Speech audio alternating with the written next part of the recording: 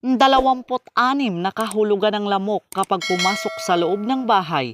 Una, kapag kinagat ka ng lamok sa kanang kamay, ito ay sinyalis na may darating na pera sa iyo na di mo inaasahan. Pangalawa, kapag kinagat ka ng lamok sa kaliwang kamay, ito ay sinyalis ng mga gastusin. Pangatlo, kapag kinagat ka ng lamok sa noo, ito ay sinyalis ng mga problema na dapat pagtuunan ng pansin.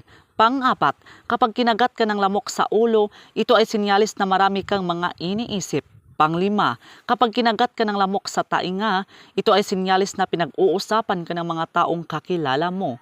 Pang-6, kapag kinagat ka ng lamok sa ilong, ito ay sinyalis na may madidiskubring sikreto. Pang-7, kapag kinagat ka ng lamok sa labi, ito ay sinyalis na may darating na balita. Pang-8, kapag kinagat ka ng lamok sa liig, ito ay sinyalis na may taong naiinggit sa iyo. Pang-9, kapag kinagat ka ng lamok sa balikat, ito ay sinyalis na may responsibilidad kang haharapin. Pang-10, kapag kinagat ka ng lamok sa likod, ito ay sinyalis na may taong hindi nagsasabi ng totoo sa iyo.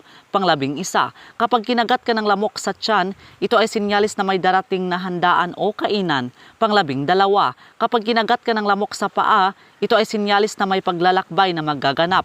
Pang-13, kapag kinagat ka ng lamok sa tuhod, ito ay sinyalis na may hahadlang sa plano mo. Pang-14, kapag sa braso ka kinagat ng lamok, ito ay sinyalis na may trabahong darating sa iyo. Pang-15, kapag sa dibdib ka kinagat ng lamok, ito ay sinyalis na may kinalaman sa pag-ibig o damdamin. Pang-16, kapag sa pisngi ka kinagat ng lamok, ito ay sinyalis na may pupuri o hanga sa iyo. Pang-17, kapag sa baba o chin ka kinagat ng lamok, ito ay sinyalis na may bagong makikilala na tao. Pang-18, kapag kinagat ka ng lamok habang natutulog, ito ay sinyalis na may taong palihim na nag-iisip sa iyo. Pang-19, kapag may lamok na lumipad sa ibabaw ng iyong ulo ng paikot-ikot, ito ay sinyalis na may balitang paulit-ulit mong maririnig. 20, kapag may lamok na dumapo sa iyong cellphone, ito ay sinyalis na may tatawag o magmi-message sa iyo. 21, kapag may lamok na pumasok sa bahay tuwing umuulan, ito ay sinyalis ng pagdating ng balitang may halong emosyon. 22, kapag may lamok na nakagat ka habang kumakain, ito ay sinyalis na may darating na dagdag na biyaya o kita.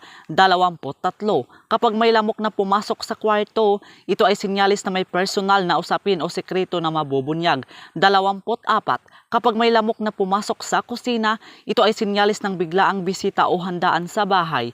25, kapag may lamok na pumasok sa sala, ito ay sinyalis na may darating na balita para sa buong pamilya. 26, kapag may lamok na umiikot sa ilaw sa gabi, ito ay sinyalis ng biglaang mensahe o tawag na matatanggap. So yun lang po mga kaibigan. So please do subscribe and hit the notification bell para ma-update po kayo sa susunod na mga videos. Maraming salamat.